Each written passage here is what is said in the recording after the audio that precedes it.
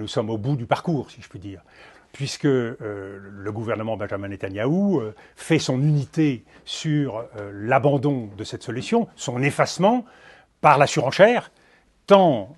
à Gaza, en Cisjordanie. Et on voit bien que le refus de passer à la phase 2 de la libération des otages, et c'est une préoccupation pour nous tous, faire en sorte que tous les otages puissent être libérés. On voit bien que ce passage à la phase 2, il bute sur ce qui est un élément essentiel de la phase 2, qui est la gouvernance de Gaza. Benjamin Netanyahou ne veut pas rentrer dans le moindre élément qui pourrait l'entraîner vers une autonomie de Gaza, une solution internationale à Gaza, en dépit du fait qu'aujourd'hui nous avons sur la table un plan arabe qui a été confirmé au Caire et qui sera sans doute confirmé à Riyad lors de la réunion de l'Organisation de la Conférence islamique, et qui montre qu'il y a une solution possible pour répondre à deux des préoccupations d'Israël. La première préoccupation pour Israël, c'est que le Hamas ne soit pas en charge de la gouvernance de ce territoire et que le Hamas puisse être désarmé. Donc là, il y a